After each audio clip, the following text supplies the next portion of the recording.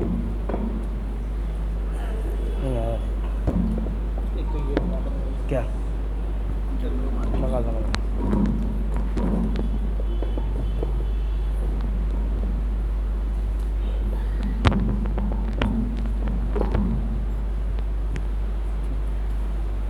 رحم اللہ من قرأ الفاتحہ اللہم صل علی بسم اللہ الرحمن الرحیم الحمد للہ رب العالمین الرحمن الرحیم مالک یوم الدین ایاک نعبد و ایاک نستعین اهدنا الصراط المستقیم صراط الذین انعمت علیہم غیر المغضوب علیہم ولا الضالین اللہم صل علی محمد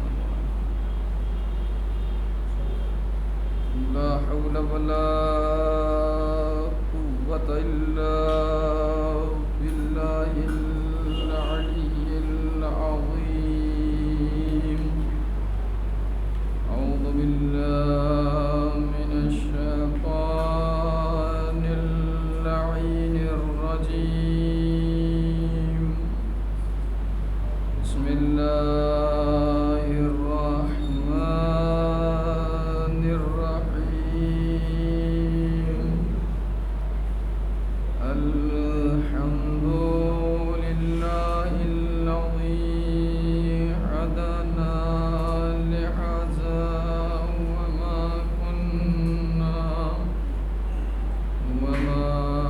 كنا لنهتدي لولا أن هدانا الله لقد جاءت رسل ربنا بالحق ثم الصلاة والسلام والتحية والإكرام والبشرية والإحكام على النبي الأمي المكي القرشي الهاشمي مولانا ومولى الثقلين جد الحسنين مولانا أبي القاسم محمد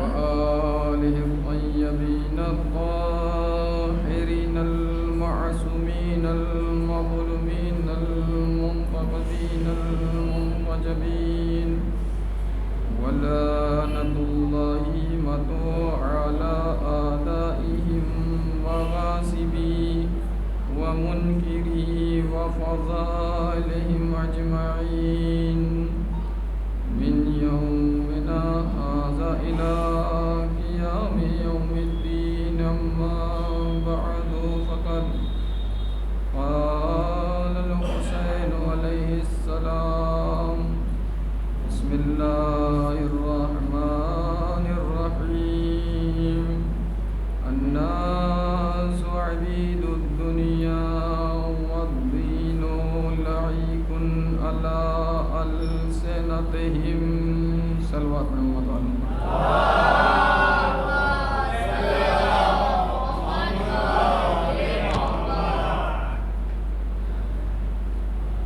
عزیزان محترم بزرگان ملت معزز سامعین اکرام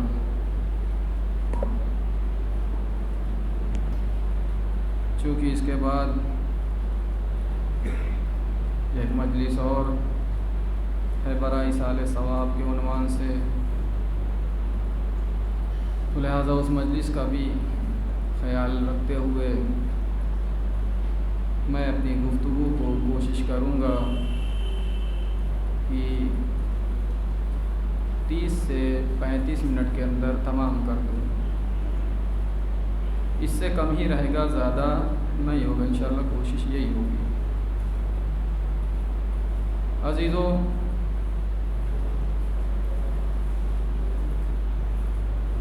ہم برابر مجلس کر رہے ہیں،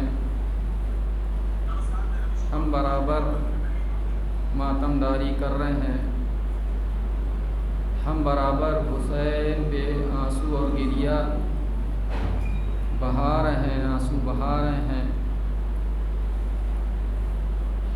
آخر کیا وجہ ہے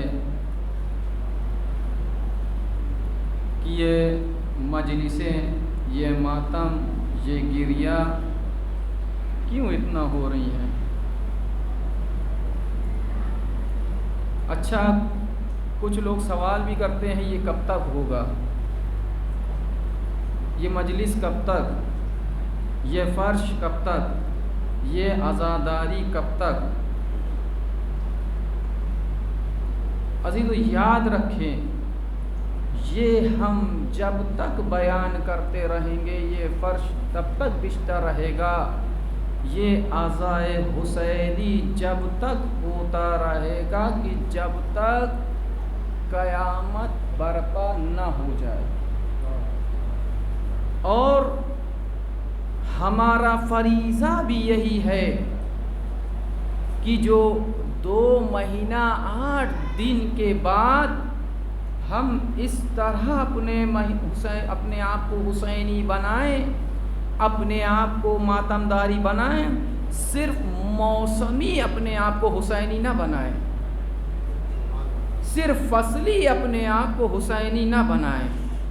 پتہ چلا ایک محرم آئی، 1 محرم کا دن آیا، کالے کپڑے تن پہ آ گئے، 1 محرم کا چاند نمودار ہوا، ہم عزادار ہو گئے، 1 محرم کا چاند نکلا، ہم نے یا حسین کی ٹی شرٹ پہن لیا، 1 محرم کا چاند نکلا، ہم نے یا عباس کی ٹی شرٹ پہن لیا۔ عزیزو، یا حسین یا عباس کی ٹی شرٹ پہننے سے عزادار نہیں ہوتا کوئی۔ عزادار یا حسین کی جس ٹی شرٹ اور کرتے، آج کل شرٹ میں بھی لکھا جا رہا ہے، ہم جو یا حسین لکھ کر کے مجلس حسین میں آ رہے ہیں، ہم سمجھتے ہیں کہ بس ہم نے لکھ لیا تو اب ہم ہی عزادار ہو گئے۔ لکھنا کمال نہیں ہے، یا حسین لکھنا یا عباس لکھنا کمال نہیں ہے، بلکہ نہ بھی لکھا ہو، ہم کچھ بھی پہن کے آئیں، عباس والے بن کے دکھاؤ، حسین والے بن کے دکھاؤ۔ لکھنا کمال نہیں ہے کہ جب 1 محرم آیا تو ہم اپنے آپ کو کالے لباس سے زیب تن کر لیا، کالا لباس پہن کے نکل آئیں، کالا لباس پہن کے نکل آئیں۔ اور جب یہ عزا کا سلسلہ 2 مہینہ 8 دن چلا، تب تک اپنے آپ کو عزادار بنائے ہیں، تب تک اپنے آپ کو عزادار بنائے ہیں۔ میں حسن ظنی رکھ کے بات کرتا ہوں، میں حسن ظنی رکھ کے بات کرتا ہوں، اپنے آپ کو عزادار بنائے ہیں،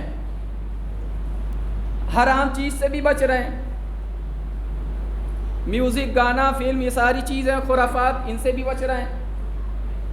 یعنی جو معاشرے میں غلط ہے، سوچتے ہیں کہ 2 مہینہ 8 دن کچھ نہ کیا جائے، 2 مہینہ 8 دن کچھ نہ کیا جائے۔ 2 مہینہ 8 دن کا مطلب یہ سمجھتے ہیں کہ اس مہینے میں گناہ کرنا بہت بڑا جرم ہے، باقی مہینوں میں گناہ کرو کوئی پرابلم نہیں، باقی مہینوں میں آپ گناہ کرتے رہیے، شریعت نے چھوٹ دے رکھی ہے، آپ گانا بھی سنیے، میوزک، یہ سارے جو خرافات ہیں آپ ان کو انجام دیجئے۔ ہم سمجھتے ہیں کہ شریعت نے اس کی چھوٹ دی ہے، ہم سمجھتے ہیں بلکہ اگر اس کا مطلب یہ جو اس یعنی بیک فٹ پہ آ رہے ہیں لوگ 2 مہینہ 8 دن کے بعد، اس کا مطلب یہ ہوا ان کے دل میں جو زنگ لگا تھا عزائے حسین برپا ہونے سے، انہوں نے اپنے دل کے زنگ کو صاف نہ کیا، انہوں نے اپنے دل کے زنگ کو صاف نہ کیا۔ کیوں؟ اس لیے کہ عزاداری اور مجلس حسین انسان کے دل میں جو زنگ لگا ہوتا ہے، جو کند ہوتا ہے، عزاداری میں مجلس میں آنے سے یہ دل کا زنگ صاف ہوتا ہے، یہ دل کا زنگ صاف ہوتا ہے، اور یہ دل کا زنگ نکل جاتا ہے، دور ہو جاتا ہے۔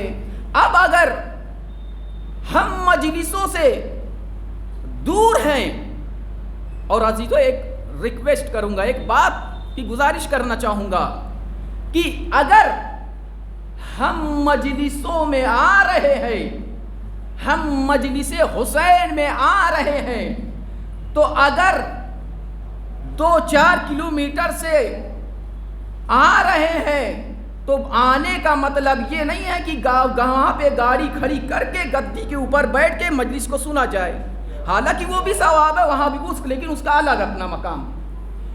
اگر ہم آئے ہیں، اگر ہمیں اتنی توفیق ملی ہے تو ہمیں اتنی بھی توفیق ہونا چاہیے جہاں اتنا چل کے آ گئے یہاں تک 50 قدم اپنے آپ کو اور چلا کے مسجد یا عزا خانے میں لے آؤ، 50 قدم چلا کر کے اپنے آپ کو مسجد یا عزا خانوں میں لے آؤ۔ اسی لیے وجہ شاید یہی ہے کہ جو ہمارے دل کا زنگ 2 مہینہ 8 دن جو صاف اگر نہیں ہو رہا، اس کا مطلب یہ ہے کہ ہم نے گاڑیوں کی گدی سے مجلس بیٹھ کے سننا پسند کیا، عزا خانے اور مسجد میں آنا پسند نہ کیا، عزا خانے اور مسجد میں آنا پسند نہ کیا۔ اچھا، بعض لوگ یہ کہتے ہیں کہ ہم نجس ہیں، ناپاک ہیں، جس سے کہا جائے ارے بھیا تم ناپاک رہتے ہی کیوں ہو؟ ناپاک رہتے ہی کیوں ہو؟ اپنے آپ کو شیعہ بھی کہتے ہو، ناپاک بھی بتا رہے ہو، اپنے آپ کو شیعہ بھی کہہ رہے ہو اور ناپاک بھی بتا رہے ہو۔ کم از کم اگر شیعہ ہو تو کم از کم ناپاک تو نہ رہو۔ اگر شیعہ سلوات پڑھے محمد والے محمد۔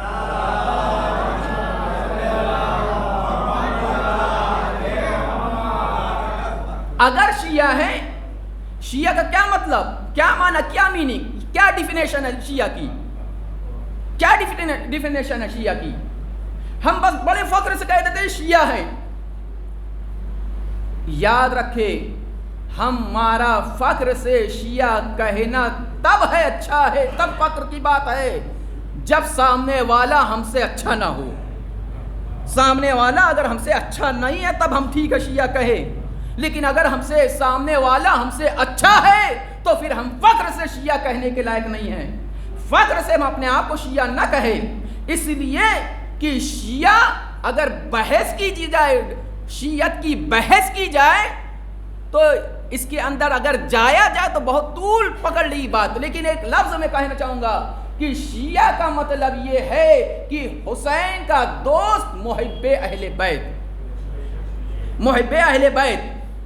اب جو محب اہل بیت ہوگا، اب جو حسین اور اہل بیت کا چاہنے والا ہوگا تو چلیے ٹھیک ہے، اگر کچھ نہیں کر رہا تو کم از کم اپنے آپ کو اس ناپاکی سے تو دور رکھے۔ کچھ نہیں کر رہا وہ تو بات کی مراحل بعد کی طے ہوں گی، لیکن کم از کم اپنے آپ کو ناپاک تو نہ رکھے۔ افسوس ہوتا ہے، افسوس ہے واقعا، جب میں دیکھیے میں بار بار کہتا ہوں تھوڑا سا تلخ بات کرنے کا عادی ہوں، جب میں وہاں نماز پڑھانے جاتا ہوں، جب کچھ لوگ کو بلاؤ بھیا نماز کے لیے آؤ، کیا جواب ملتا ہے؟ ناپاک ہے، ناپاک ہے۔ ارے بھیا آپ انصاف سے بتائیں، اگر چونکہ ناپاکی کے گھاٹے بھی بہت ہیں، فائدہ نہیں ہے، گھاٹا بہت ہے، لاس بہت ہے ناپاکی میں۔ نجاست میں ہونا یعنی بغیر، یعنی جو استنجا ہوتا ہے بغیر پانی کے کرنا، بہت نقصان ہے۔ سارے نقصان میں ایک نقصان یہ سن لیجئے کہ جو ہمارے ہاں چاہے جو ہو، چاہے مرد ہو چاہے عورت ہو، لیڈیز ہو جینٹس ہو، کچھ بھی ہو، کوئی بھی ہو، ناپاکی کا سب سے بڑا گھاٹا اور خسارہ اور لاس یہ ہے کہ جو ناپاک یعنی نجس کے عالم میں رہتا ہے، گندی شے اس کے اوپر صحابی ہو جایا کرتا ہے۔ اور آج ہمارے ہاں جو اچھا ایک یہ بھی چلتا ہے کہ ہمارے ہاں چونکہ عورتوں میں زیادہ چلتا ہے، بال کھول لیا اور یہ جھوما جھوم اور یہ جھوما جھوم لگائے ہیں، بال کھول کے یہ جھوما جھوم وہ جھوما جھوم۔ اس کی دو وجہ ہے، یا تو ایک وجہ یہ ہے کہ حقیقت میں کچھ ہے، یا تو ایک وجہ یہ ہے کہ کچھ بھی نہیں ہے، بس ایسے ہی ہے۔ اور اگر ہے کچھ تو اس کا مطلب وہی وجہ جو میں بیان کر رہا ہوں، ایک وجہ وہ ہے۔ اور اگر نہیں ہے، کر رہے ہیں، تو اس کا مطلب ہم اس لیے ہو رہا ہے چونکہ سامنے والا کر رہا ہے، اس کے احساس کو اپنے اندر ہم اب جگا رہے ہیں۔ اس کے سامنے والے کر کو دیکھ کے ہم اپنے اندر وہ چیز جگا رہے ہیں. بعض اوقات ایسا ہوتا ہے ہم کسی بابا کسی پیر کسی اس کے چکر میں پڑے, پتہ چلا ہمارے سامنے ہمارے کوئی عورت جھومنے لگی, بال اپنے بکھیر کے جھومنے لگی, سر جھکا کے گھمانے لگی. اس کی ایک وجہ یہ بھی بنتی ہے, اس کی ایک وجہ میرے خیال سے یہ بھی بنتی ہے کہ اگر جو عورتیں بے پردہ گھومتی ہے ان کے ساتھ ایسا ہی ہوتا ہے. جو عورتیں بے پردہ ہوا کرتی ہیں, ارے جھومنے سے اچھا ہے اپنے آپ کو اپنا سر گھمانے سے اچھا ہے کہ اپنے آپ کو حجاب میں رکھو, اپنے آپ کو پردے میں رکھو. عزیزو, اچھا جب ایسے کوئی کنڈیشن ہو جایا کرتی ہے تو ہمارے کیا ہوتا ہے, بس فوراً لے چلو اس کو. کہاں لے چلو؟ جسے ہم کہتے ہیں نا دعا تعویذ, اس کے پاس لے چلو, لے چلو بھیا. اچھا ہوتا کیا ہے, وہ بھی خوب ہوتے ہیں ماہر. آ گیا, آ جاؤ, اب تو تمہارے جانے پھنس ہی گئے ہو, لو بھیا یہ سامان لے آؤ. نہیں لا سکتی, جانتا ہے کہ ایسی چیز بتائے گا جو اس کے بس پہ نہ ہوگی. لاؤ اچھا ہم ہی لے آئیں گے, فلاں دن آ جانا, فلاں دن آ جانا. اب جب فلاں دن بلا لیا, اس کا کام ہو گیا, تو اس میں گھاٹا کس کا ہوا؟ وہ بھی جان رہا ہے کچھ نہیں ہے, لیکن اپنے چکر میں گھما رہا. اس لیے ایک عورت کی ایک فطرت اور ہوتی ہے, اسی لیے عورتوں کو صنف نازک کہا گیا ہے. صنف نازک. ہم اگر کوئی ایسی کنڈیشن کسی خاتون کو دیکھے, بعد میں پہلے دعا تعویذ والوں کے چکر میں پڑے, پہلے جا کر کے اس کا علاج اور طبیب اور ڈاکٹر کو دکھائیں, جا کر کے ڈاکٹر کو دکھائے, وہ اپنے حساب سے بتائے گا. یاد رکھنا, ہر جھومنے والی عورت کا ضروری نہیں ہے کہ اس پہ کوئی سایہ وغیرہ ہو گیا. تو بہرحال بات اس پہ نہیں بیان کرنا. بیان کرنے کا کیا مطلب تھا کہ مجلس اگر مسجد میں ہوتی تو بعض لوگ یہ عشق کا تھوڑا سا کر دیتے بہانہ کہ ناپاکی ہے, یعنی نہیں ہے پاک. عزیزوں یاد رکھو, حسین اور کربلا میں جتنے آئے تھے کردار کے بھی پاک تھے اور اس لحاظ سے بھی پاک تھے. امام جب کربلا آئے تھے, امام نے ایک میسج دیا کربلا, امام نے ایک میسج اور ہدف بتایا کربلا میں آ کر کے. اور کربلا میں اچھا امام جب آئے ہیں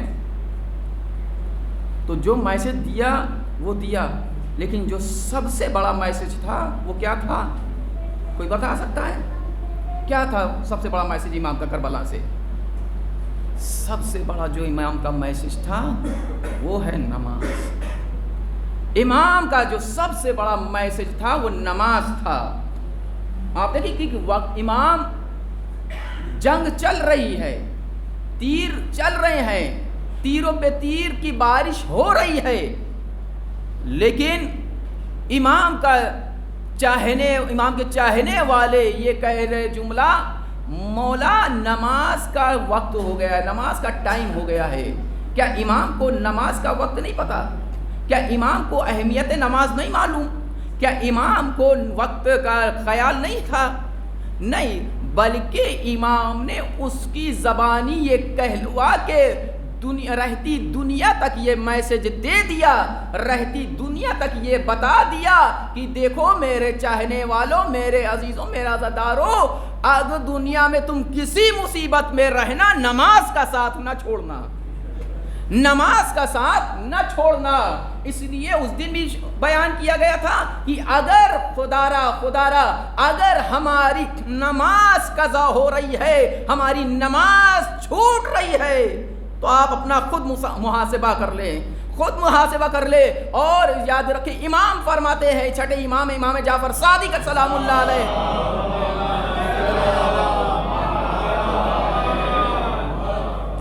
فرماتے ہیں کہ جس نے نماز کو ہلکا سمجھا, ہلکے سے مراد کیا؟ ایک تو نمازی جو ہیں وہ تو ہیں پڑھتے ہیں, ایک جو بے نمازی ان کی الگ فہرست ہے, ان کی الگ فہرست بیان کی گئی ہے. اور جو نمازی ہے ان کے بارے میں الگ بیان کیا گیا ہے. جو بے نمازی ہے اس کی ابھی بات ہی نہیں کروں گا, کبھی وقت ملا تو بے نمازی کی کیا کیا خسارے کیا کیا لاس ہے وہ انشاءاللہ پھر دوسری تیسری مجلس بیان کروں گا. لیکن جو نمازی ان سے, جو بے نمازی ہیں, جو نماز میں کوتاہی کرتے ہیں. اذان ہو رہی, اچھا ابھی تو اذان ہو رہی ہے, ابھی پڑھ لیا جائے گا, ابھی تو 12 بجا ہے, ابھی تو 12:30 ہوا ہے, ابھی تو 1 بجا ہے, ابھی تو 2 بجا ہے, ابھی پڑھ لیا جائے گا. آپ یاد رکھیں اسی کوتاہی, اسی سست پنے کو, اسی کوتاہی کو امام کہہ رہے ہیں کہ جو نماز کو ہلکا سمجھے میں ایسے نمازی کی شفاعت نہیں کروں گا, میں ایسے نمازی کی شفاعت ہرگز نہیں کروں گا. عزیزو اب آپ انصاف سے بتائے. اور شریعت بھی کہتی ہے, شریعت بھی یہ کہتی ہے کہ اگر ہم نماز گزار ہے واقعاً اور نماز کے پابند ہے, نماز پڑھنے والے ہیں, تو شریعت کا حکم یہ ہے, شریعت یہ کہتی ہے کہ اگر نماز پڑھتے ہیں اور اگر ہم اپنے گھر میں فری بیٹھے ہیں, فالتو بیٹھے, کوئی کام نہیں ہے, کچھ نہیں کر رہے, تو شریعت یہ کہتی ہے کہ اول وقت آؤ نماز کو ادا کرو. پھر تمہارے لیے یہ جائز نہیں ہے کہ نہ اذان ہو رہی ہے, فری بیٹھے ہو اور نماز پڑھنے میں کوتاہی کرو. نماز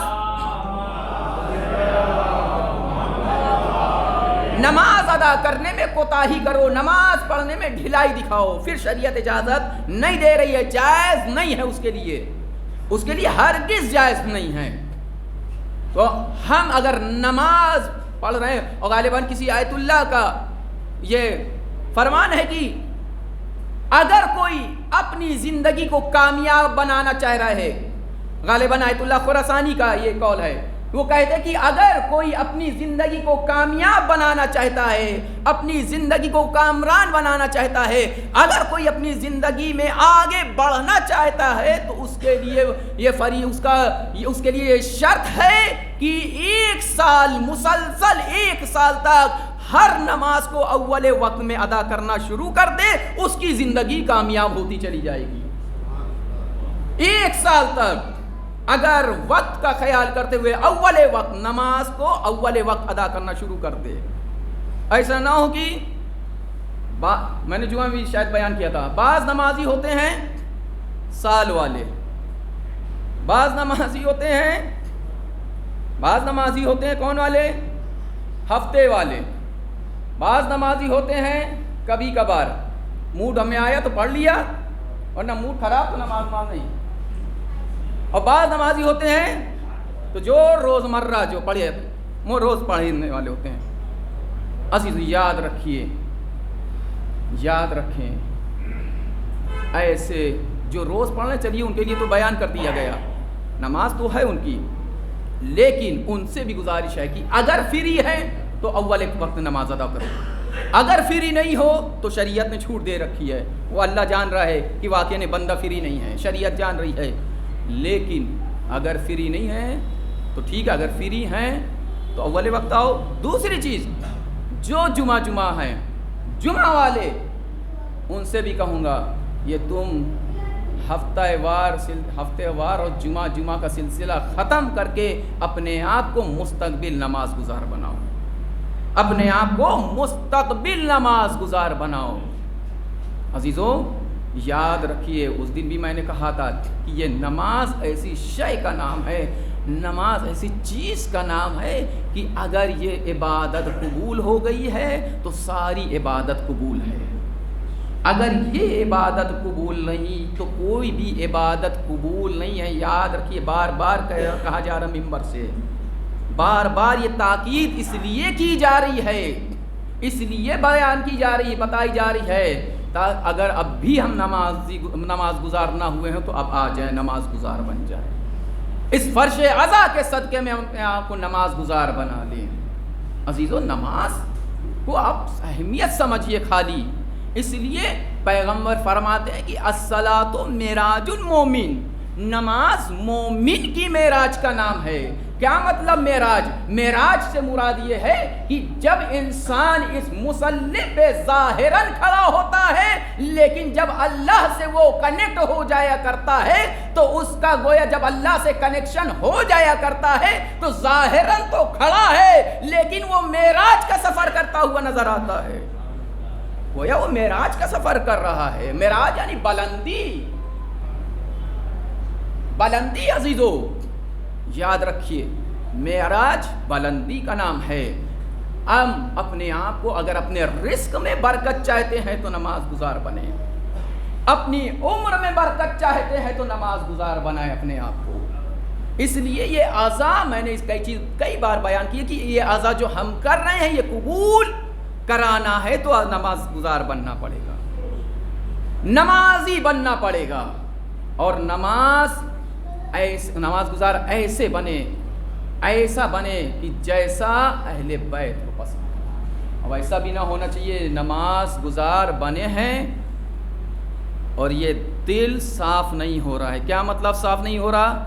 نماز گزار بھی ہیں، دوسرے کے لیے کینہ بھی بھرا ہے، نماز گزار بھی ہیں، دوسرے کے لیے جیلسی بھی بھری ہے، نماز گزار بھی ہے، چوراہوں پہ جا کر کے ایک دوسرے کے عیوب کو بیان کیا جا رہا ہے، نماز گزار بھی بنے ہیں، ایک دوسرے کے عیوب کو ظاہر کیا جا رہا ہے۔ یاد رکھے تاریخ کہتی، روایت میں ہے کہ اگر کوئی کسی کے عیوب کو یہاں کسی کے سامنے یہ سوچ کے بیان کرے کہ میں فلاں کے عیوب کو مجمع میں بیان کروں تاکہ اس کی بے عزتی ہو، اس کی انسلٹ ہو، تو یاد رکھے اگر ہم نے یہ سوچ کے کسی کے عیوب کو بیان کیا، پروردگار روز محشر میرے عیوب کو سب کے سامنے ظاہر کر دے گا۔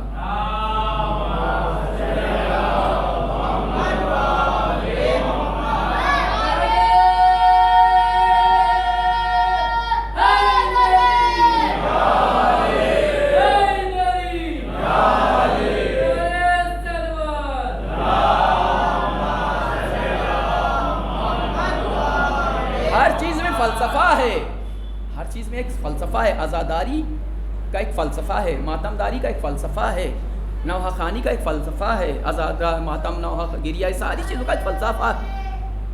اسی طرح یہ جذبہ بھی آتا ہے انہی بچوں کو واقع جو برابر مجلسوں میں آتے ہیں۔ ماشاءاللہ اس بچے کی سلامتی کے لیے صلوات پڑھے بلند ترین۔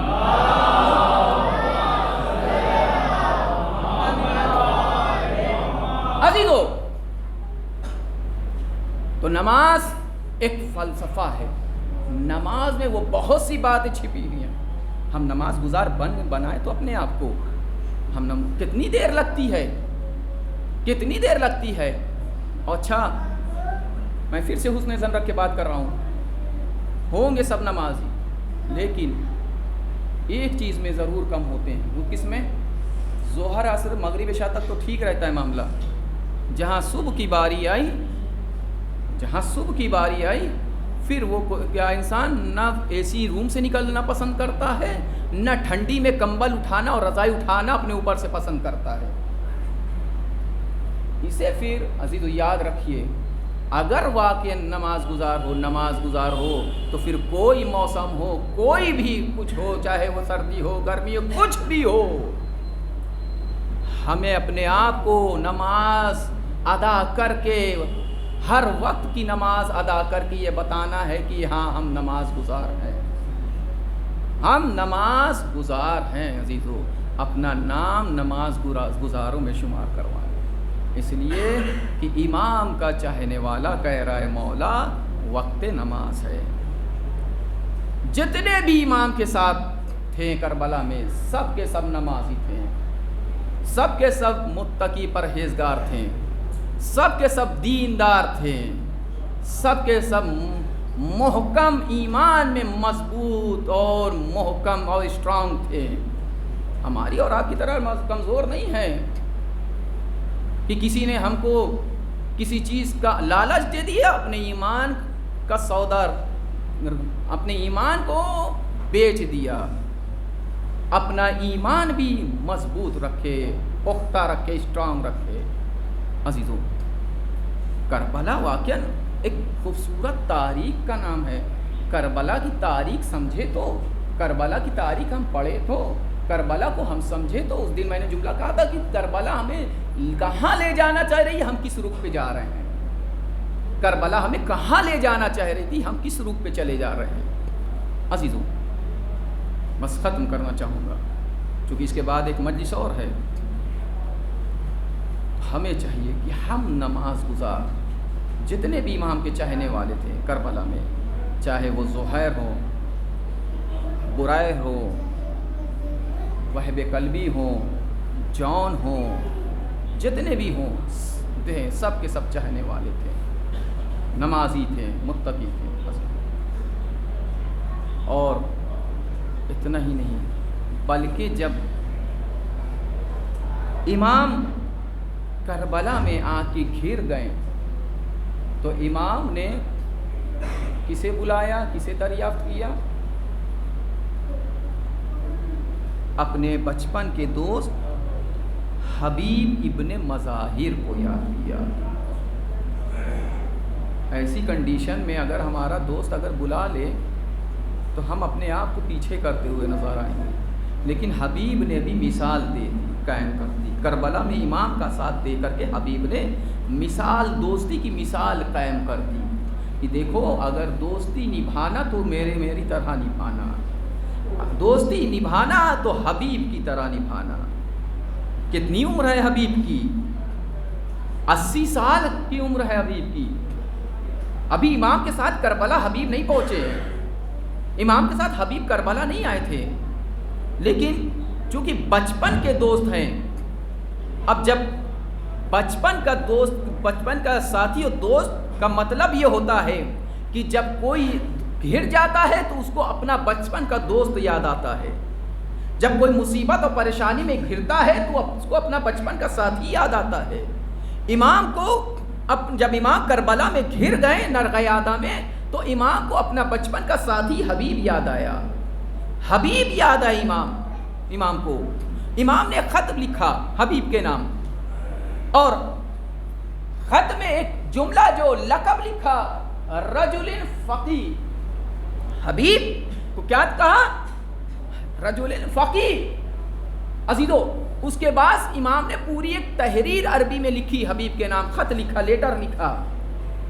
اب یہ خط حبیب کے حوالے کروا دیا، یعنی حوالے کس سے کیا؟ اپنے چاہنے والے سے بھیجا، اپنے قاصد کو، جاؤ لے کر کے حبیب کے پاس، حبیب کی خدمت میں لے جاؤ۔ اب قاصد حسین خط لے کر چلا حبیب کے قریب، حبیب کے طرف چلا۔ حبیب کہاں ہے اس وقت جب خط لے کے آ رہے ہیں؟ قاصد جب حسین کا جا رہا ہے، سوال ہے حبیب اس وقت کہاں ہے، کس علاقے میں ہے؟ کوفے میں ہے، جناب حبیب کوفے میں ہے۔ عزیزو، اس وقت کی جب امام کا خط حبیب کے پاس پہنچ رہا، اس وقت کوفے کے حالات اتنے خراب ہیں کہ کوفے میں نکلنا مناسب نہیں رہتا تھا۔ حبیب کو خط لے کر حبیب کے نام خط بھیج دیا۔ قاصد حسین جب حبیب کے در پہ آیا، دروازے پہ آیا، تاریخ کہتی ہے دق الباب کیا، قاصد نے دق الباب کیا۔ اب جب دق الباب ہوا دروازے پہ، تاریخ یہ کہتی ہے کہ جب دق الباب ہو رہا ہے اس وقت حبیب اپنی زوجہ کے ساتھ دسترخوان پہ بیٹھے کھانا نوش فرما رہے ہیں۔ اب تاریخ یہاں تک لکھتی ہے کہ حبیب پہلا ہی لقمہ لے کر کے اپنے منہ میں ڈالنا ہی چاہ رہے، ویسے دروازے پہ دق الباب ہو گیا۔ حبیب نے اندر سے آواز دیا، کون ہے دروازے پہ؟ باہر سے آواز آئی، انا برید الحسین، انا برید الحسین، میں حسین کا قاصد خط لے کے آیا ہوں۔ ہاں عزیزو، آپ رو لیجئے گا حبیب پر۔ ایک مرتبہ جیسے ہی حسین کا قاصد سنا، خط کا نام سنا کہ حسین کا خط آیا ہے، حبیب اٹھ گئے، دروازے کے قریب پہنچے، دروازے کو کھولا، خط کو لیا،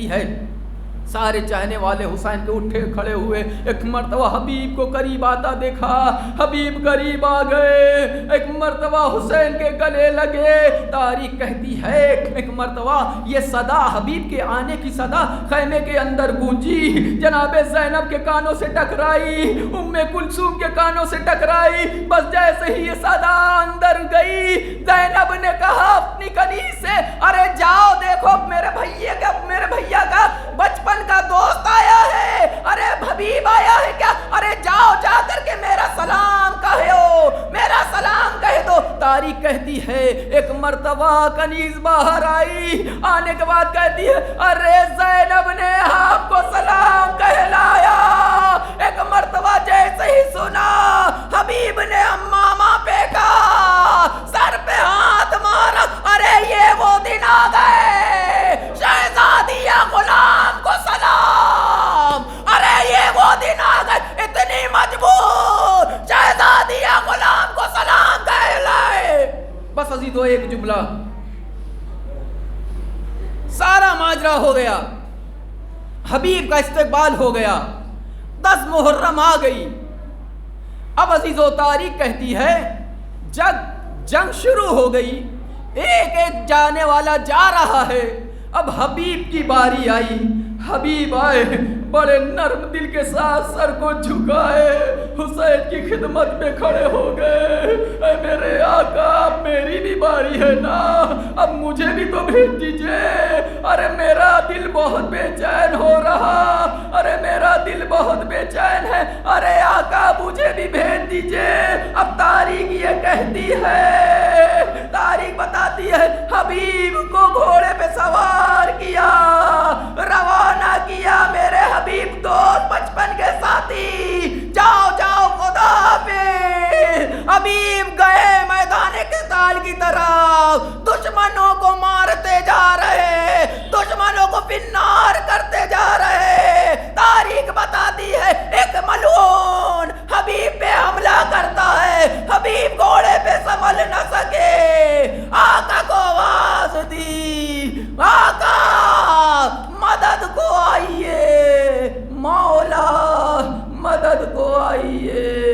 آپ کا ساتھی, آپ کا غلام گھوڑے سے گر گیا, مدد کو آئیے.